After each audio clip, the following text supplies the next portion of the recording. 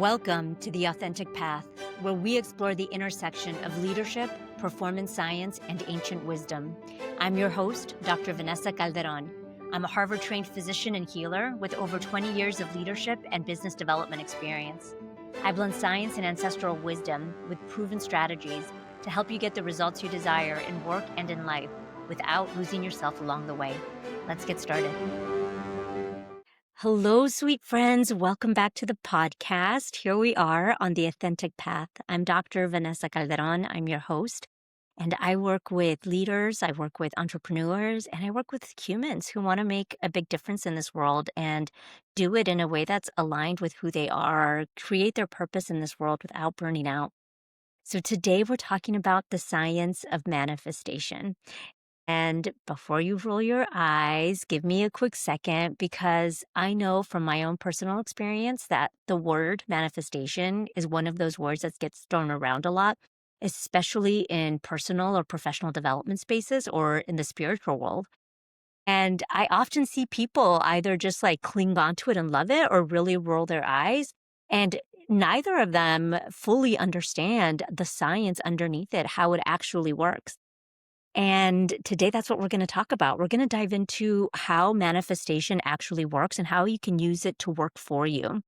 And here's why I think this concept, the concept of manifestation, matters so much for us as humans, as leaders, as entrepreneurs, and as creators.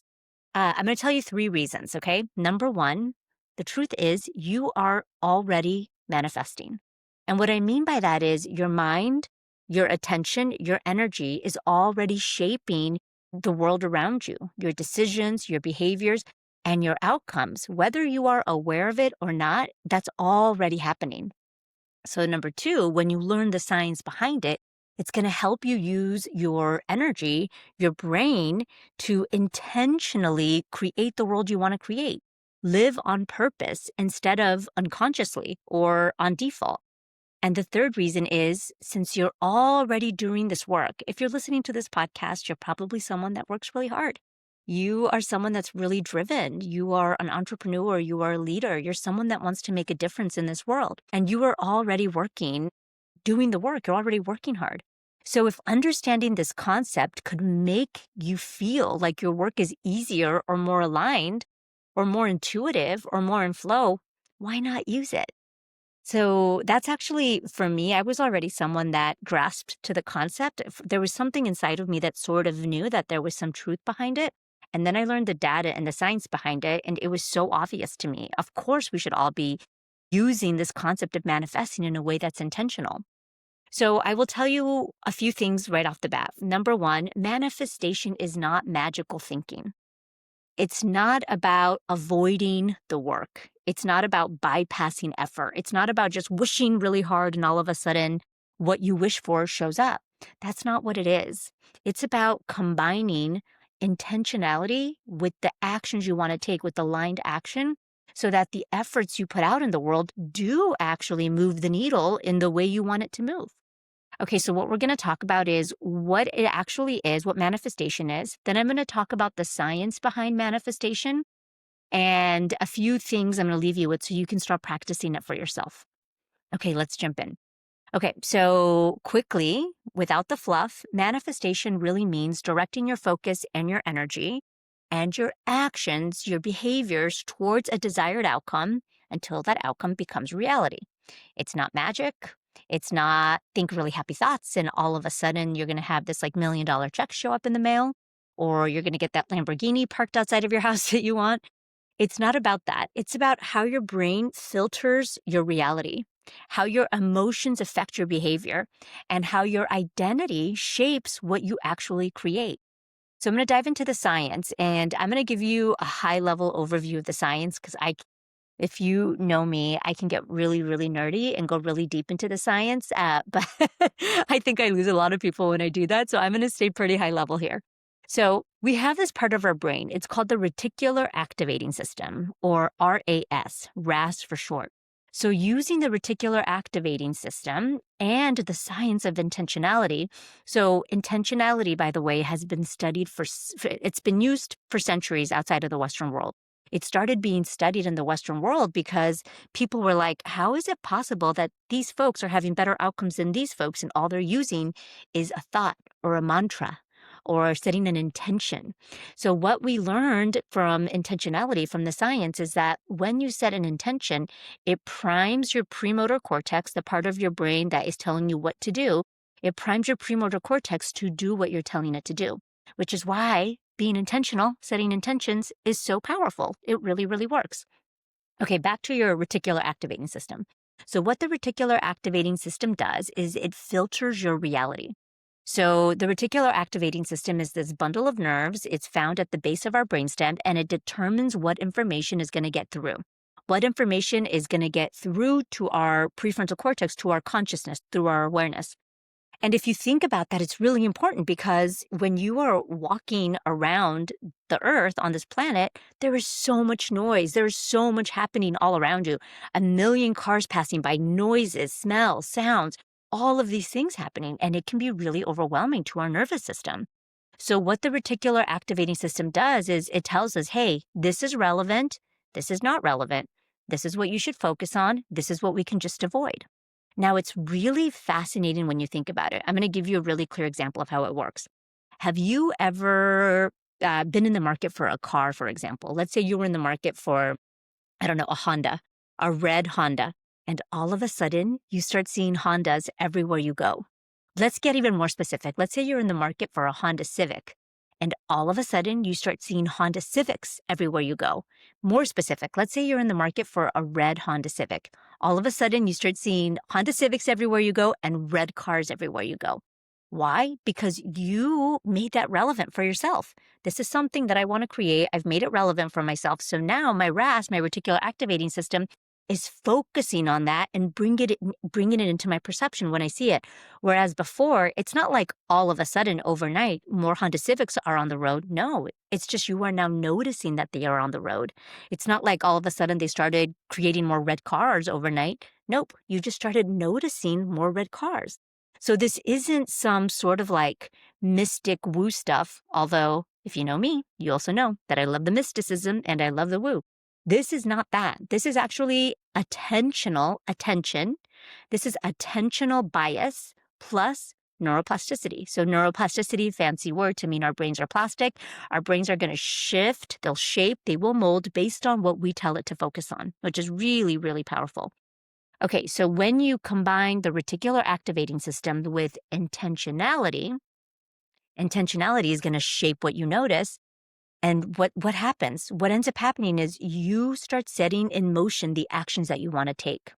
When you set a clear intention and your reticular activating system starts scanning your environment for, let's say your intention is, I want more visibility on social media. Okay, let's say that's your intention. Let's get even more specific. I want to be more intentional on Instagram with my post, with my social media post. I want them to be more engaging. All of a sudden, your reticular activating system starts scanning your environment for, number one, resources.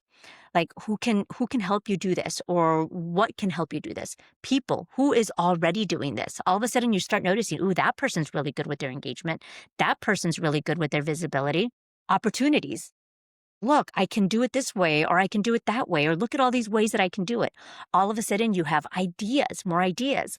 So if you notice your reticular activating system plus the power of your intention, because you set the goal is your intention.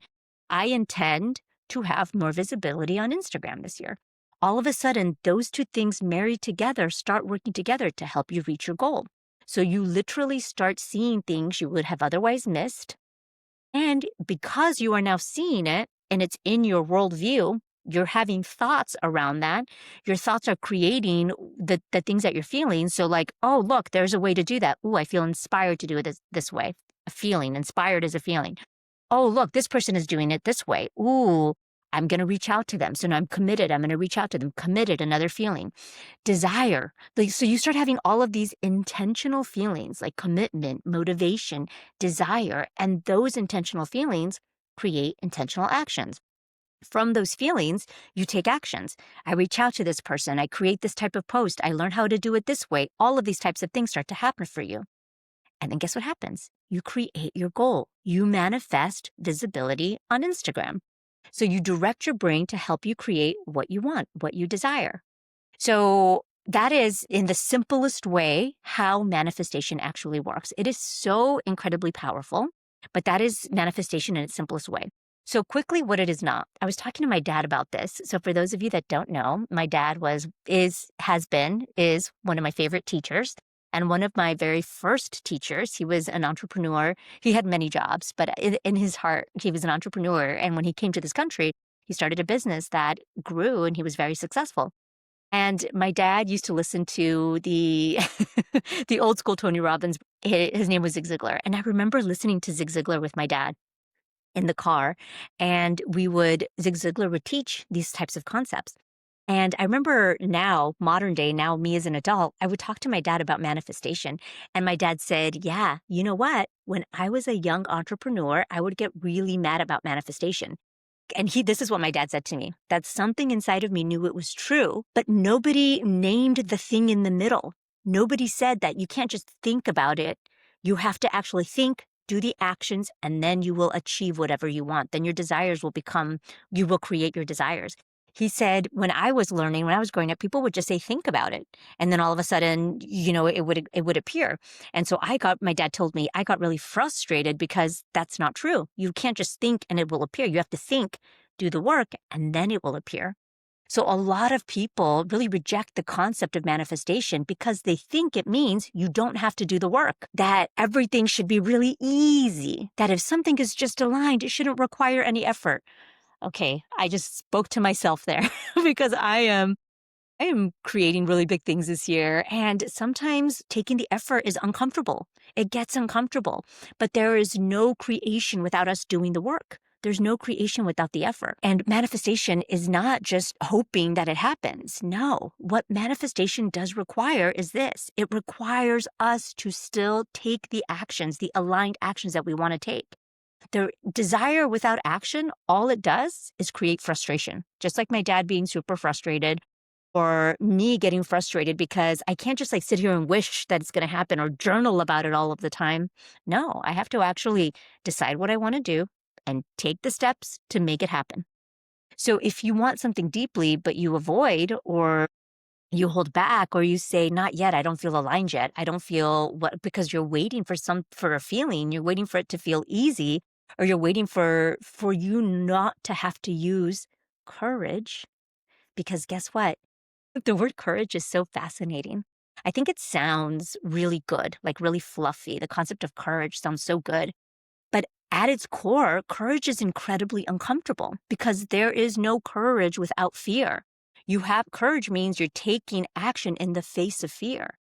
And I think many people miss that mark. They think that I'll just take the actions when it feels easy. But no, you have to actually lean into courage to take the actions, lean into commitment, lean into determination to take these actions. Because without that, you're just creating feelings that don't feel good. Frustration, resentment, you start creating self-doubt and you start questioning yourself like, is this really for me? I'm not made out for this, all of those types of things.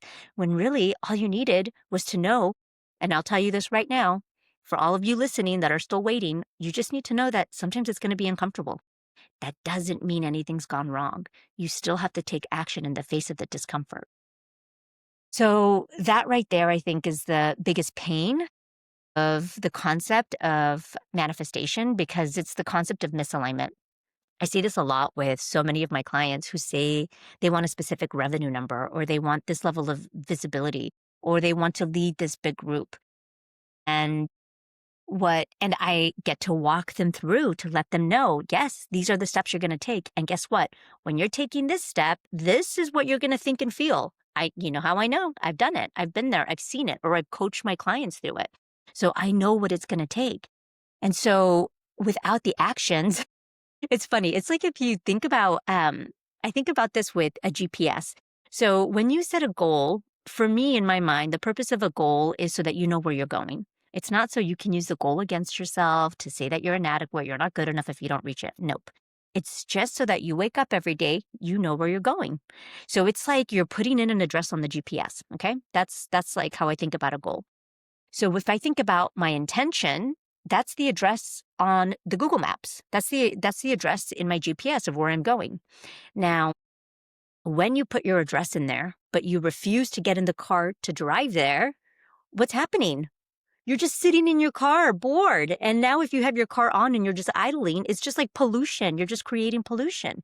That is manifestation without action. Manifestation without action is like entering the address into a GPS, but refusing to drive, but refusing to go anywhere, just sitting in the car with the, with your pollution, with your smog, all of that stuff happening in the air. It's like causing pollution every day in your heart, in your body. That's not what we want. We want to enter our address into the GPS and take aligned action every day until we get there. And action again, it's going to feel uncomfortable because here's the thing about action. This is what it actually looks like. It looks like putting yourself out there before your mind and body feel ready. And sometimes your mind and body won't feel ready until you do it a couple times. Why? Because your nervous system doesn't have that. Like your mind hasn't created that as a possibility. Because if it was already true, then it wouldn't be hard. And if it was already something that didn't feel hard, you would already have it. So sometimes you have to learn as you go. Sometimes you have to take risks, and those things are uncomfortable. You have to increase your tolerance, not just for the discomfort, but also you have to increase your tolerance for failure. And my friends, that is a skill. You got to work that muscle. Man, the more I get comfortable with failing, the more I succeed, the more I grow, because the more I stop holding myself back. And you also have to increase your tolerance of judgment. I think that's a really big one because the more visibility we have, the more we create in the world, the bigger that we get, the more it's likely that there's going to be people out there that know us. And 100% of the human species is not going to like you. I'm sorry. I'm sorry to have to deliver that news. I'm apologizing to myself because, as someone who had to work through a lot of people-pleasing tendencies, it's tough to feel like, why can't I be everybody's cup of tea? Well, because some people don't like tea. They just want to drink coffee. It has nothing to do with you. It's like when people talk about how I live in Georgia now, when people talk about how amazing the Georgia peaches are. Okay, quick sidebar. I'm from California, but I now live in Georgia. And guess where the most peaches are produced in the United States? It's California. But I don't tell my fellow Georgians that. I let them love their Georgia peaches. But it's like when people talk about Georgia peaches and how sweet they are and they're so delicious. Well, I have a cousin who just doesn't like peaches. So it doesn't matter if you give her the sweetest, best, most delicious peach. She doesn't want a peach. She wants an apricot instead. And so I say that because tolerating that judgment, oh my gosh, that muscle is a big one. Once you know you're not everybody's cup of tea, you're not everybody's peach, your life gets so much easier because then you get just focus on who does love you, who does love tea, who does love peaches. That's who I'm going to talk to. And everybody else, I'm going to love you anyway. I'm going to love you and I'm going to let you be who you are. Go find your best cup of coffee, When you do that, what ends up happening is your nervous system starts to expand. And when your nervous system starts to expand, you can hold more of the discomfort. And when you can hold more of the discomfort, it allows you to take more of the action in the face of the discomfort. And that right there teaches your mind and body how to move through discomfort with purpose. That's manifestation. So in my experience, the people that say that manifestation doesn't work, it's usually people that are already 100% analytical and they don't think anything that I teach. They don't even believe in energy. And listen, I am not here to prove myself to anybody. I'm, that's not my that's not my purpose on this planet. My purpose on this planet is not to prove myself or to prove that what I teach is true. That's not my purpose. If you believe in this stuff or you at least are curious about it, I will help guide you to a better understanding. That is my purpose. And so when people say manifestation doesn't work because they just don't believe it, it's like when people say racism doesn't exist. Okay, I can't, that's not even a conversation starter for me. Okay. But if you are curious about it or you're skeptical and you want more information, let's talk about it. Because the folks that want more information, they're curious, maybe they're a little skeptical and they think it doesn't work. It's usually because it's the magical thinking. They think if I just think, I'm not going to create I'm not going to get a check in the mail. That's true. It's because those folks avoided the actions that they needed to take, or the actions were uncomfortable and they thought it was supposed to be super easy. They expected that they weren't going to have any effort at all. or they use manifestation to bypass the discomfort instead of support the work that they wanted to create. So I say those things because that's just inconsistency. So there wasn't a consistent mindset or behavior. And so, of course, it didn't work. So, if you are one of those folks that's skeptical or curious and you want to learn more, just know what manifestation actually does is support you in creating your goals that you want to create. It helps you in making it more easy, more aligned. It's sort of like an amplifier. It amplifies your strategy. It allows you to flow and it allows you to conserve energy instead of pushing up against things. It allows you to conserve your energy. So you can use that energy to rest, redirect it so you have more time for your family, for your kids, redirect it so you can be hyper focused and create what you want to create and have time left over. I teach a lot of time saving strategies or time amplification strategies to a lot of my clients. And what what folks don't understand is these are the simple things that you can start using in your life to give you back time. And all of us want more time. It's the most scarcest resource we have is time. And so the more time we have, the better. And this is one of those things that gives you back time. Okay. So what is actually needed for manifestation to work for you? Number one, you have to get super clear on your goals. Get super clear on what you want to create because the specificity is going to strengthen your reticular activating system. So that example I gave at the beginning, don't just say, I want more visibility. Get more specific. I want to be more visible and more engaging on Instagram or whatever, whatever. Set your goal, make it super specific. The more specific you are, the reason why the universe responds to specificity is because our reticular activating system is responding to specificity. And you want to make sure that your goals are very clear and you know what success looks like and what it doesn't look like. The more specific, the better.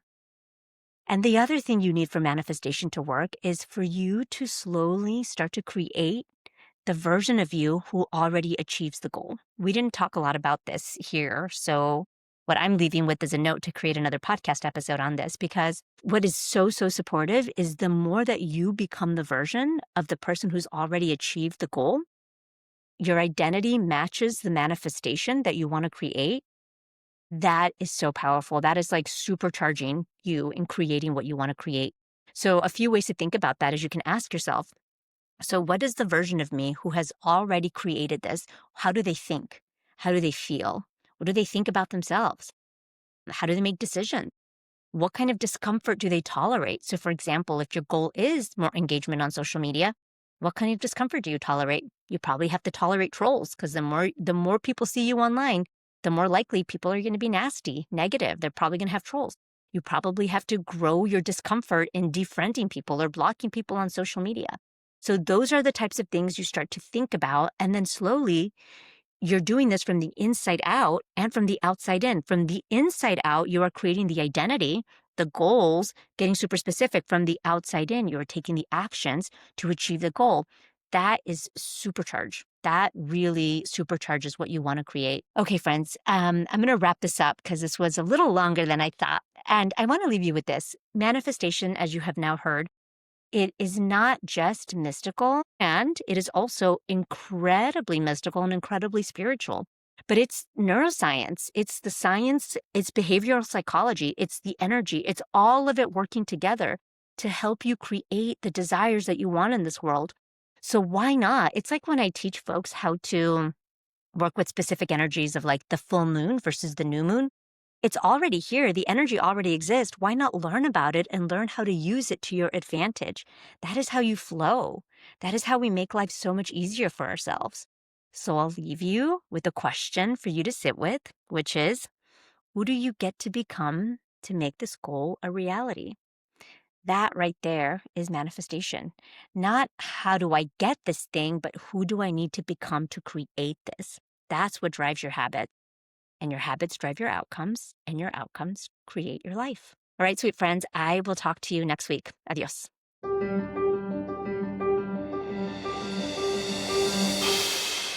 Hey, friends, if this episode resonated, please take a quick second and leave a review, share it with a friend, or post it to your community. It's how we keep helping others who are walking a similar path and how together we grow the movement of consciousness in business, leadership, and life. Thank you again for being here, and I'll see you next week.